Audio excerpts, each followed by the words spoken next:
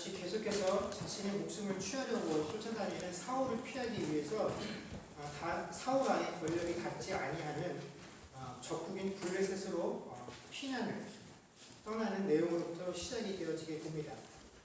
다윗이 자신의 목숨을 보존하기 위해서 블레셋 땅으로 도망을 해야 되겠다라고 하는 이런 결정을 내리게 된 배경에는 자신을 해하려고 쫓아다님에도 불구하고 자신은 그런 사울을 죽일 기회가 있었을 때에도 분명히 그를 죽이지 않고 수차례에 걸쳐서 목숨을 살려주었음에도 불구하고 그 사실을 번번이 까먹고 자신이 베푸는 선을 악으로 갚으려고 하는 그 현실 속에서 오는 낙담과 또 지금 내가 당하고 있는 이 고통과 어려움이 도무지 언제쯤 끝날지 모른다는 그런 미래에 대한 불확실성 때문에 아마 이런 결정들을 하게 되었을 것입니다. 그렇기 때문에 우리가 다윗이 이런 결정을 한 배경을 알고 있다고 한다면 다윗의 심정을 또 이런 결정을 어느 정도 이해할 수 있습니다.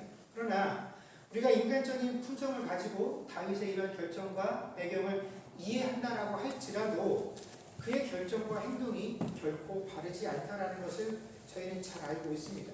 그러면 그의 결정이 왜, 무엇이 잘못된 것일까요? 다윗이 그들의 적국이었던 블레셋 지역으로 피신을 한 것이 그의 문제가 아니다라는 것입니다. 다윗은 지금까지 전적으로 하나님만을 신뢰하며 살아왔었죠. 자신을 둘러싸고 있는 환경과 자신을 둘러싸고 있는 처지가 어떠하든지 간에 내가 처해 있는 환경, 그 환경 가운데 내가 어떠한 위험을 맞닥뜨리고 있느냐 하는 자기 자신을 돌아보는 것이 아니라 나를 둘러싸고 있는 그 환경보다 더 위에 계신 하나님만을 바라보면서 나 자신이 주체가 되어서 이 내 문제를 어떻게 해결할 것인가 하는 결정을 따랐던 것이 아니라 내 위치와 내 환경과는 상관없이 왜 하나님께서 나에게 이런 상황과 이런 환경을 허락하셨는가 하는 그런 하나님의 의도를 따라서 살기를 원했다라는 것입니다. 여러분, 우리가 말씀을 통해서 이미 다윗이 겪고 있는 이 고통의 문제는 사실 다윗에게서부터 비롯되어진 것이 아니다라는 사실을 잘 알고 있습니다. 다윗이 골리앗과의 싸움에서 승리한 이후에 여인들이 사울이 죽인 자는 천천히요, 다윗이 죽인 자는 만만이다라는 이 가사를 통해서 다윗에게 영광을 돌린 이후부터 이 사울 왕 마음에 미움과 시기가 싹터서 이것으로 인해서 다윗을 무작정 괴롭히고 그를 미워했었던 것이죠. 그렇기 때문에 다윗 입장에서 이 문제를 해결할 만한 어떤 이유나 원인도 제공한 적이 없었기 때문에 다윗이 이 문제를 해결할 수 없다라는 것입니다. 이미 다윗과 사울은 사이와 장인이 되었죠. 한 가족이 되었습니다. 인륜이 곧 천륜이라는 말이 있는데 그 정도의 관계가 되었음에도 불구하고 그 관계도 다윗을 미워하는 이 사울의 마음을 또 어떻게 하지 못했다라는 것입니다. 자, 그럼에도 불구하고 다윗이 지금까지 그의 목숨을 보존할 수 있었던 것은, 그것만큼이나 어려운 여러 가지 상황 속에서도 목숨을 지탱할 수 있었던 것은 하나님께서 다윗을 지키고 보호하셨기 때문에 그렇다라는 것이죠. 이 사실을 다윗이 누구보다 잘 알고 있습니다. 우리가 앞에 살펴본 모든 사무엘상의 말씀들이 다윗이 이러한 내용들을 하나님 앞에서 인정하고 고백하는 것이었죠. 그렇기 때문에 지금 나를 둘러싸고 있는 이 상황과 환경이 쉽게 바뀌지 아니한다라고 할지라도 지금까지 동일한 이유와 동일한 어려움 가운데서 나를 지키셨던 하나님께서 여전히 지금도 또 미래에도 이 문제 가운데서 나를 지키고 보호하실 것이다라는 사실을 누구보다도 다윗이 잘 알고 있다라는 것입니다. 그런데 지금까지 그렇게 보였던 다윗의 고백과 신앙들이 바로 이 결정을 내림을 통해서 한순간에 다 어떻게 된 것입니까? 부정되어져 버렸다라는 것입니다. 더군다나 다윗의 외국 도피가 결코 하나님께서 원하시는 방법이 아니다라는 사실을 이미 경험을 통해서 다윗이 잘 알고 있었죠. 왜냐하면 외국으로의 피난이 이번이 처음이 아니기 때문에 그렇습니다. 사무엘상 21장에서 이미 다윗은 한번 사울의 위협으로부터 자신을 보호하기 위해서 바로 오늘 본문 가운데 피난했던 이 블레셋 가드 지역으로 피신을 하게 됩니다. 그런데 그때는 이 가드의 왕이 그를 홀대하죠. 그래서 모압 땅으로 다시 도망을 쳐야만 했었고, 모압 땅에 다윗이 머무는 동안에 하나님께서 선지자를 보내셔서 어떻게 합니까? 여기에 머무는 것이 합당하지 않다라고 하시면서 어디로요? 다시 유대 땅으로 들어와 거기 숨어 있으라라고 명령을 하셨다라는 것입니다. 그래서 이미 어떠한 어려움과 핍박 가운데서도 다윗이 머물러야 할 곳은 유대 땅이다라는 사실을 하나님을 통해서 분명히 알고 있었죠.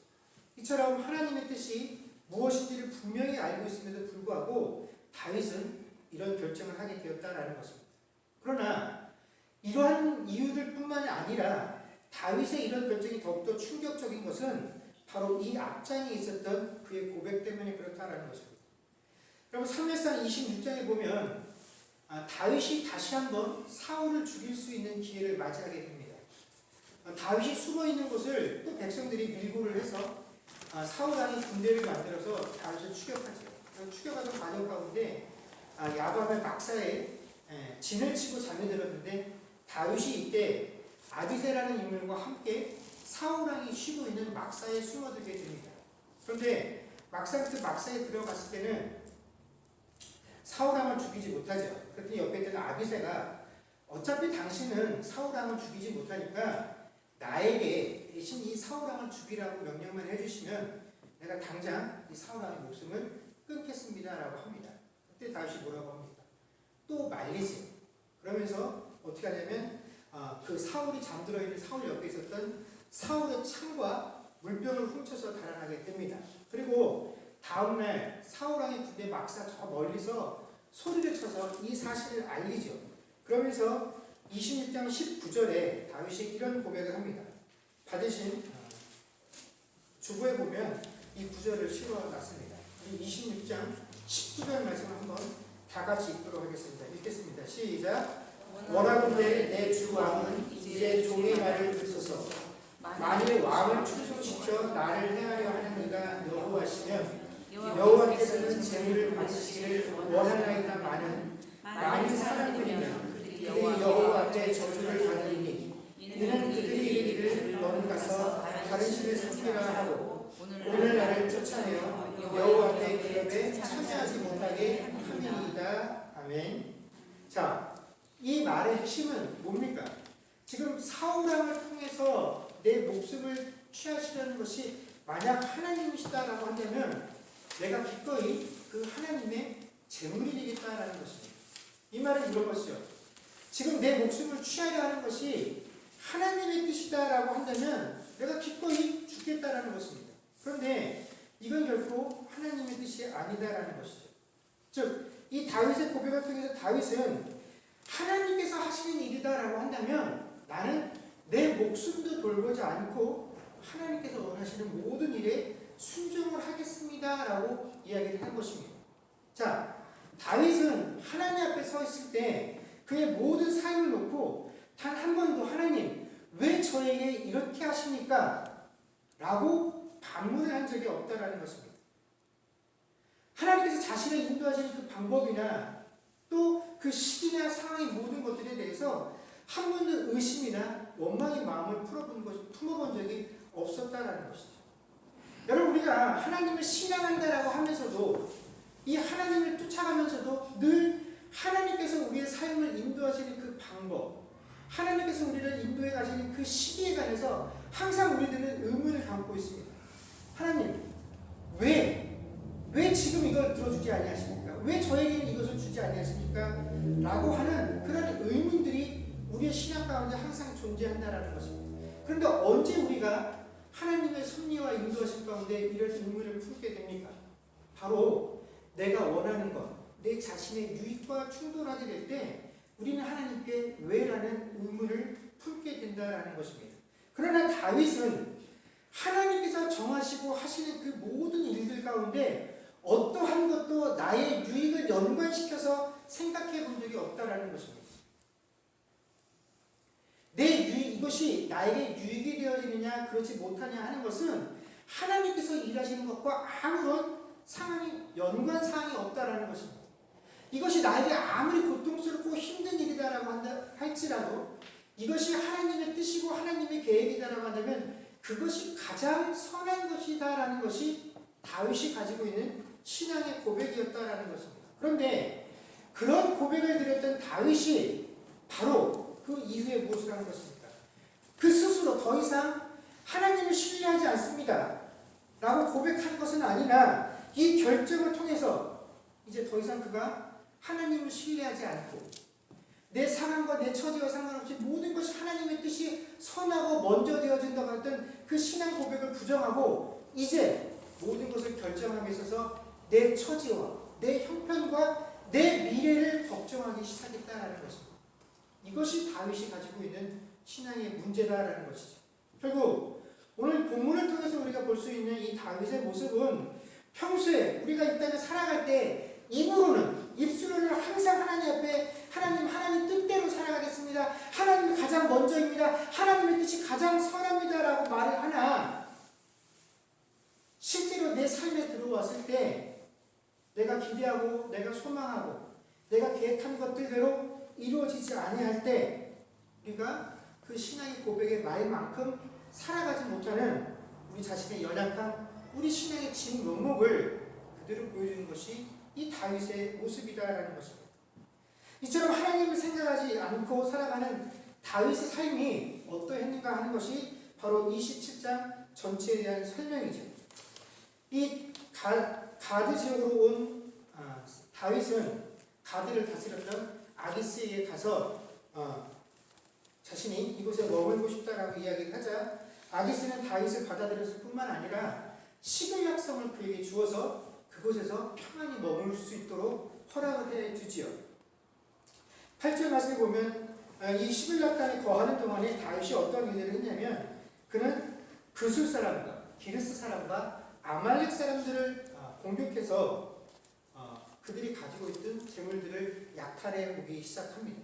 그러면서도 정작 아기스 왕에게는 뭐라고 보고를 하냐면 유다 남방과 여리무엘의 남방과 겐 사람들이 거하는 남방 지역을 쳐서 이것을 내가 뺏어 왔습니다 라고 거짓된 보고를 합니다. 자, 여기는 어떤 이유가 있냐면 다윗이 침략한 그술, 기르스, 이 아말렉 사람들은 이스라엘 주변에 존재하는 부족들로 이스라엘을 위협하는 족속들이죠. 그래서 다윗이 이 사람들을 공격했다라고 하는 것은 이스라엘을 이롭게 하는 행동입니다. 그런데 만약에 다윗이 이스라엘을 이롭게 하는 행동을 이 아기스 왕이 알게 된다라고 한다면 지금 이 다윗을 순순히 그가 받아들여준 이유가 무엇입니까? 이 사람이 사울에게 미움을 사서 사울왕을 피해서 나에게 도망갔다라고 여기는 것이죠. 이 블레셋의 대적인 이스라엘의 왕의 원수이니까 내 원수의 원수는 나의 친구가 될 수 있어. 바로 그런 이유 때문에 다윗을 받아들이고 시글락성을 내어준 것인데 이게 밖에 나가서 이스라엘을 이롭게 하는 행동을 하고 있다는 사실을 알게 되면 어떻게 하겠습니까? 자신의 진정성을 의심하고 주었던 모든 혜택들을 빼앗길 수 있기 때문에 그가 나가서는 이스라엘을 해롭게 하는 민족들을 공격하면서도 반대로 보고할 때는 어떻게 합니까? 이스라엘 주변에서 이스라엘과 우호적인 관계를 맺고 있었던 그 사람들을 내가 공격해서 이런 것들을 전리품으로 빼앗아 왔습니다 라고 거짓으로 보고를 했다라는 것입니다. 자, 이렇게 다윗이 이런 거짓 보고를 한 이유가 무엇이겠습니까? 바로 이 아기스 왕의 신임을 잃지 않기 위해서 다윗은 철저하게 거짓 보고를 하고 있다라는 것입니다. 그래서 이러한 방법을 통해서라도 내가 이 땅에서 더 이상 사울 왕의 눈치 보지 않고 편안히 머물게 될 수 있기를 바랬다라는 것입니다. 자, 여러분 이러한 다윗의 행동을 보면서 우리가 어떠한 판단을 내려야 할까요? 다윗이 한 행동이 정당합니까? 아니면 정당하지 못할까요? 다윗이 공경한 사람들은 어찌되었든 간에 이방인들이고 이스라엘을 해롭게 하는 족속들이었습니다. 그들을 해하고 그들을 진멸하는 것이 뭐 그렇게 문제가 될 것이 있냐라고 우리가 판단할 수 있을까요? 그러나 다윗의 행동은 어떠한 이유로도 정당화될 수 없는 행동입니다. 여러분 출애굽한 이스라엘 백성들을 하나님께서 가나안 땅으로 인도하여 들이실 때 그 이스라엘 백성들에게 어떠한 명령을 내리셨습니까? 가나안의 7 족속을 언급하시면서 하나님께서 너희가 가나안 땅에 들어가면 그 7 족속을 진멸하라라고 명령을 하셨습니다. 자, 만약에 하나님께서 그 가나안 땅에 있는 이방인들을 없애는 것이 목적이었다라고 한다면 여러분 하나님께서 뭐라고 명령을 하셨겠어요? 그냥 들어가면 너희 빼놓고 가나안 땅에 있는 모든 족속을 다 진멸해라 라고 하시면 하나님의 의도와 뜻이 이방인들을 진멸하는 것입니다. 그런데 하나님께서 가나안의 모든 족속이 아니라 가나안 땅의 그 7 족속을 직접 언급하셔서 이들을 진멸하라고 하신 것은 무슨 의도이시겠습니까? 그들 외에는 손대지 말라라는 것입니다. 그 가나안 땅에 있는 이방인들을 없애시는 것이 하나님의 뜻과 목적이 아니다라는 것입니다. 불필요한 살생들 하나님께서는 원치 아니하신다라는 것입니다. 그리고 그들을 이스라엘 땅으로 인도하실 때 하나님께서 이 7 족속을 진멸해야 되는 분명한 이유와 목적을 이스라엘 백성들에게 말씀해 주셨죠. 뭡니까? 그들이 섬기고 있는 그 신들을 너희가 본받을까? 그들의 문화를 너희가 따라갈까? 그래서 너희가 나를 잊고 나를 배반하고 그들이 믿는 그 신을 섬기게 될까? 그것을 염려하셔서 하나님께서 그들에게 속한 모든 것들을 진멸하라고 명령을 하셨다는 것입니다. 그런데 정작 그 땅에 들어온 이스라엘 백성들이 어떻게 합니까? 하나님께서 우려하셨던 바로 그 이유 때문에 이스라엘 백성들은 이것이 내 삶에 들어오면 내가 이것을 취하면 이 가나안 땅에서 더 윤택하고 편안하고 살 수 있다라고 느꼈기 때문에 하나님이 진멸하라고 하신 그것들을 스스로 취하여 자기의 것으로 삼았다라는 것입니다. 이처럼 하나님의 뜻과는 무관하게 자신의 유익들을 쫓아서 이스라엘 백성들이 취한 그 것들이 하나님께서 무엇이 되도록 그들의 삶을 배려하십니까? 올무가 되게 하셨다라는 것입니다. 그래서 너희가 좋아서 남겨두었던 그 이방 민족들로 인해서 너희가 고통을 받게 될 것이며 하나님의 판단을 받게 될 것이다 라고 말씀하신 것입니다. 이것이 이스라엘 백성들이 당하고 있었던 고통의 문제지. 그들이 받은 고통, 그 어려움은 다 어디로부터 기인하는 것입니까? 이방인을 죽이지 아니하는 것이 문제가 아니고 원인이 아니라 하나님의 분명한 뜻에 순종하지 못하고 하나님 뜻보다 무엇을 앞세웠을 결과입니까? 나의 뜻, 나의 미래, 나의 처지를 앞세운 결과가 그들이 당하는 모든 고통과 어려움의 출발이었다라는 것입니다. 그리고 지금 다윗이 바로 그런 일들을 되풀이하고 있다는 것이죠. 지금 그가 행하고 있는 것, 그냥 우리 인간적인 견지에서 보면 이스라엘의 민족적인 감정으로 보면 우리의 원수인 그들을 멸하고 있으니 그들을 무찌르고 그들의 전리품을 취했으니 아무런 문제될 것이 없다라고 판단할 수 있을 것입니다. 그러나 그의 행동의 출발이 하나님으로부터 나온 명령이요 하나님의 뜻과 계획이 아니라 자기 자신을 위한 것이고 자기 자신의 미래를 설계하기 위한 것이었기 때문에 그의 행동은 하나님 앞에서 어떠한 이유로도 정당화되어질 수 없다라는 것입니다. 다윗의 이러한 거짓 행동으로 인해서 아기스의 신임을 받게 되었고 다윗을 향한 의심도 점차 사라지게 됩니다. 다윗이 그 목적을 이룬 것처럼 보입니다. 그런데 여러분 자신의 목적을 이루기 위해서 행했던 이 모든 행동들이 나중에 어떻게 됩니까? 다윗에게 고통으로 돌아오게 되어진다는 것입니다. 사무엘상 28장에 보면 이제 블레셋과 이스라엘 간에 큰 전쟁이 이루어지게 되죠. 그래서 블레셋 군대가 출동을 하면서 다윗에게 뭐라고 합니까? 너도 이 전쟁에 참여하라고 권유를 받습니다. 너도 네 원수인 사울에게 원수를 갚을 수 있는 기회를 줄 테니 나와 함께 전쟁에 참여하자. 다윗이 어떻게 됩니까? 거절할 수 없어서 그 전쟁에 같이 동행하게 되죠. 물론 중간에 돌아왔습니다만은 그 짧은 시간 사이에 어떤 일이 벌어지게 됩니다. 시글락성을 비운 사이에 아말렉 족속들이 그 다윗이 그토록 유린하고 무찌르고 그 대가로 전리품을 취했던 그 아말렉 족속들이 시글락을 쳐서 그 시글락에 남아있던 모든 이들을 붙잡아가는 그런 일들이 생기게 되었다라는 것입니다. 스스로 자신의 미래를 준비한다라고. 그래서 그 미래를 준비할 수 있는 가장 좋은 결정들을 선택해서 그 결정들이 자신에게 유익을 준다라고 믿고 살았던 다윗에게 그 미래를 위하여 준비했었던 모든 선택들이 다 허사가 되는 그런 순간이 벌어지게 되었다라는 것이죠. 여러분, 신앙이 어려운 이유가 바로 여기에 있습니다. 여러분, 신앙이라는 것은 우리가 단순히 하나님이 어떠한 분이시다라는 것을 아는 것으로 해서 끝나는 것이 아닙니다. 신앙은 우리가 하나님이 어떠한 분이시고 하나님의 뜻과 계획이 어떠한 것인지를 알았다라고 한다면 그 아는 것대로 살아가야 하는 것, 그것이 사실은 신앙의 본질이다라는 것입니다. 우리는 우리의 삶 가운데서 하나님을 아주 자주 언급합니다. 내가 어려움이 없을 때에는 평상시에 늘 하나님을 우리의 삶 가운데 가장 앞장에 세웁니다. 하나님 뜻대로 하겠다라고. 하나님 나의 모든 것들을 인도해 달라라고.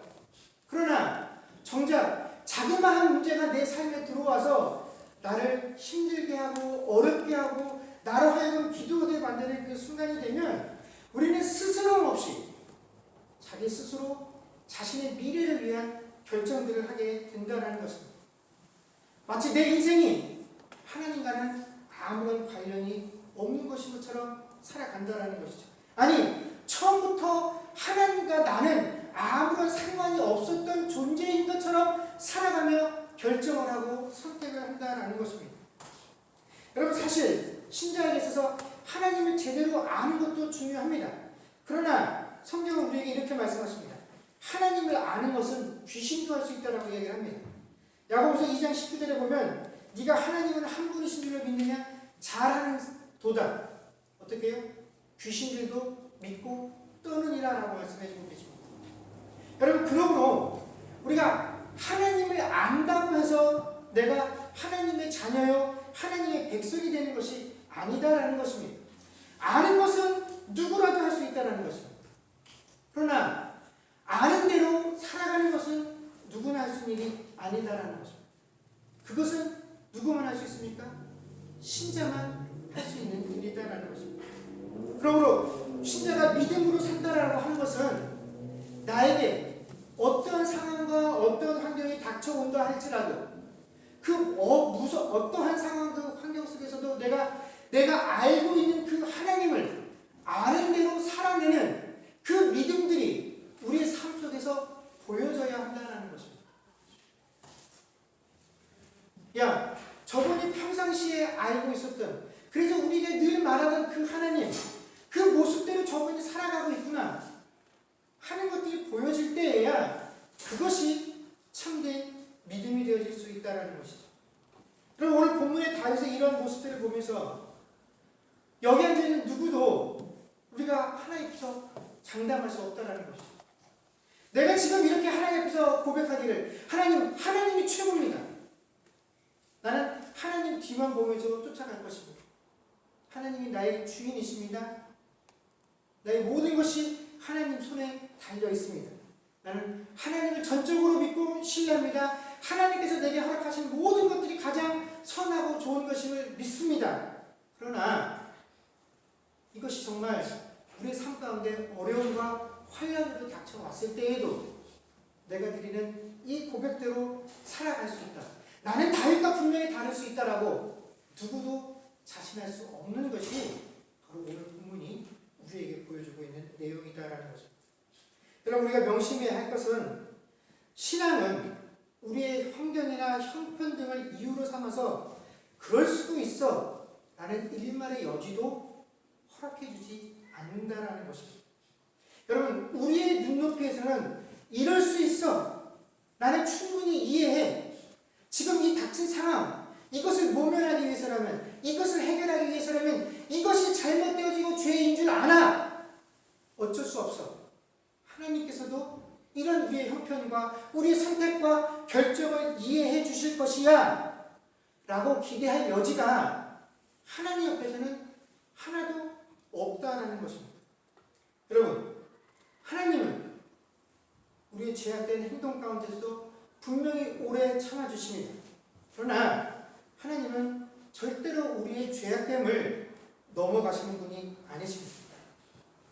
하나님은 하나님의 공의를 지키기 위해서 절대로 이 공의와 판결을 굳게 하시는 분이 아니시다라는 사실을 우리가 늘 기억해야 할 것입니다. 그럼 우리가 하나님을 얼마나 알고 있습니까? 우리가 하나님을 아는 것에는 사람들의 차이가 분명히 존재할 수 있습니다.